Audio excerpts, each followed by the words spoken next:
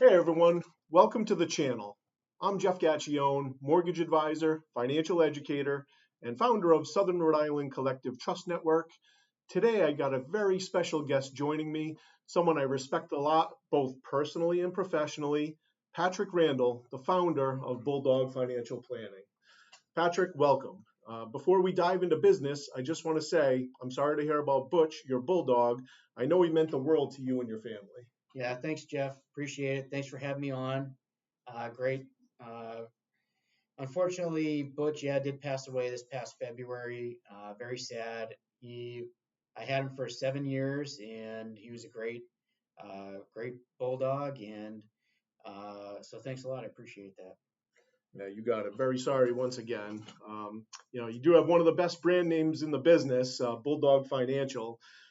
So it just sticks. Tell us where the name came from and how you got started in financial planning in the first place. Yeah, absolutely. The story behind Bulldog Financial Planning is after many years in the industry, I and building skills and experiences that I've had over the years, getting better educated in financial planning, including the CFP, MBA. Over the years, family members chose to ask me for some help with their financial planning, and things started to materialize more and more over time. And starting my own independent fiduciary fee only practice made sense with that. And along with that, when I'm considering what to name the company at the time, Butch being my bulldog, I couldn't think of anything else to name him after. So he became the mascot. He became essentially the really what was behind the spirit of the business. That's great. I love that.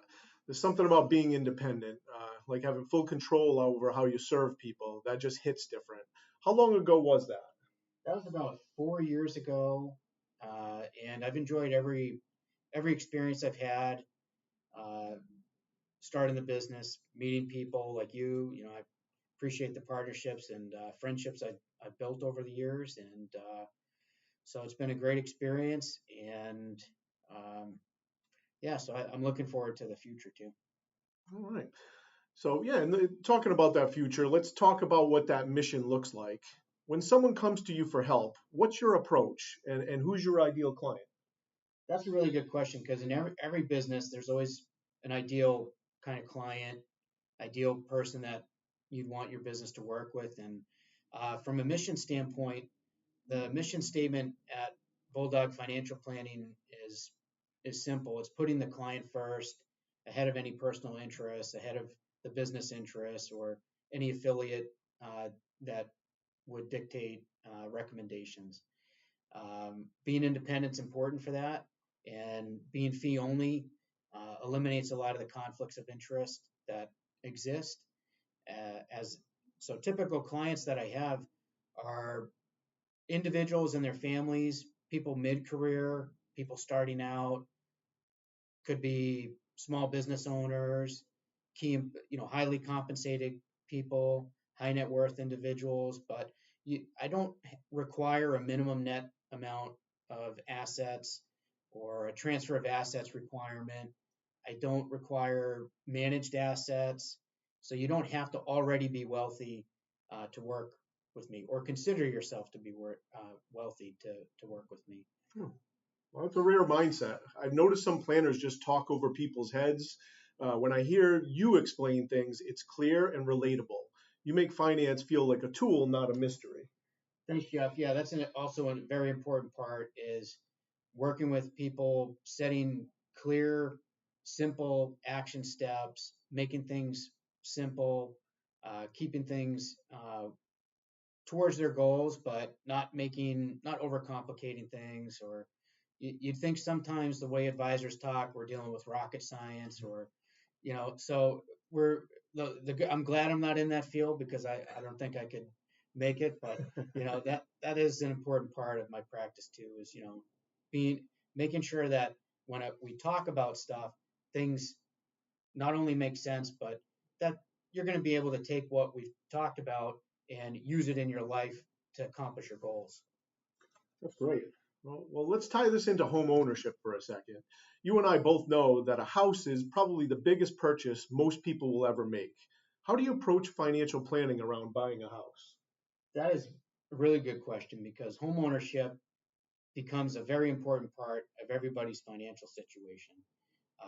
It may not fit everybody. Not everybody's going to be a homeowner, but your home will become ultimately an asset in your retirement plan. So one of the biggest things to start with is goal setting. Like other financial planning interactions and engagements, one of the most important things is goal setting, setting time frames, looking at affordability, looking at pre and post home purchase, and what your goals are for that investment. Are you looking to live there for the duration of your life?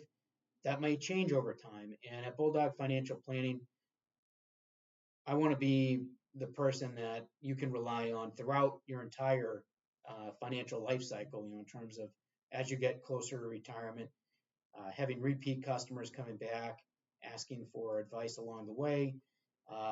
So planning a home purchase is very important, and that's an important part. Affordability, making sure that you're set up pre and post home purchase. Unexpected things can happen, so we want to make sure that you're set up for that in the event certain things happen, and plan accordingly for things like home maintenance, upgrades, things like that. In addition, the goals of the property. Do you plan on, growing your real estate assets over time? Are you looking for multiple purchases, or is it more, important that you secure a certain monthly payment, that kind of thing? Man, I love that. That's the difference between just getting a mortgage and actually having a home ownership strategy. You're looking at the big picture. So that's fantastic. Yeah, that's exactly why I like partnering with you, Jeff, because one of the most important parts of my practice is uh, following a code of ethics, which is really important. Uh, my firm, well, my small independent practice, follows the CFP code of ethics, and then I also created my own code of ethics for the registered investment advisor company, and things like acting in the best interest, but also due diligence. Due diligence is a huge thing, and everybody's different. People's home buying strategy is going to look different depending on their situation, what kind of assets they have, where they've saved their money, what kind of income they have, what sources of income. And these are all things that have to go into a financial plan. And that's what I like about working with you, is that you guys have that ability to work with clients in those kind of areas to determine what's going to work best for them. Absolutely. Well, let's switch gears a little bit. A lot of people are, either watching. A lot of people watching are either small business owners or want to get into real estate investing. What should they be thinking about? Well, small business owners, when they're thinking about real estate investment, it's going to be similar to uh, developing their home ownership strategy, but it will also involve planning around the income variability. If they're getting into rental properties, that also becomes part of it, because they could have times when they don't have a tenant, maybe they will have a tenant. So those are important things to consider. In addition, is going to be uh, tax benefits or tax consequences of what's happening. So ideally, you're going to be tax efficient. And when you're a small business owner, there are different deductions you can take depending on if your rental property is passive or active, whether you're going to be living in the home part of the year, whether you're doing the Airbnb kind of stuff. So those are all parts of it. And then, of course, a lot of the bigger things are going to be later on in life, as you're getting closer to retirement. How are you going to access not only the real estate value you have, but how are you going to access your business value? Is it something that you want to continue doing, or tailor down a little bit, or do you think you're going to want to offload some of your real estate property as part of your retirement strategy to get the cash flow you need, or to get that inflow of cash that you can then reinvest in something. That's gold, especially with more people doing house hacking, Airbnbs or running side hustles. Your financial plan needs to keep up. You can't just wing it. Yeah, exactly. You got to be prepared. And even though things are unexpected, sometimes stress testing is important. Looking at developing cash flow plans that have flexibility in terms of how much money is needed each year from your investment portfolio. Uh, Viewing real estate as a real asset does get incorporated into your overall investment portfolio in terms of how are you building your retirement assets.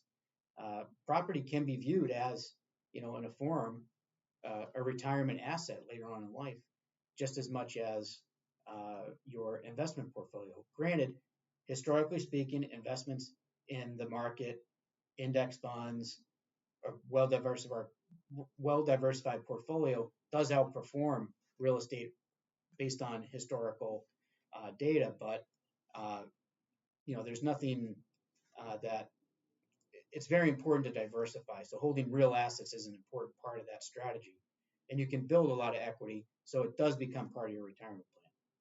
There's a lot of great points there. So, before we, as we start to wrap up here, what's a, good, piece of advice you have for, somebody thinking about financial planning in regards to home ownership?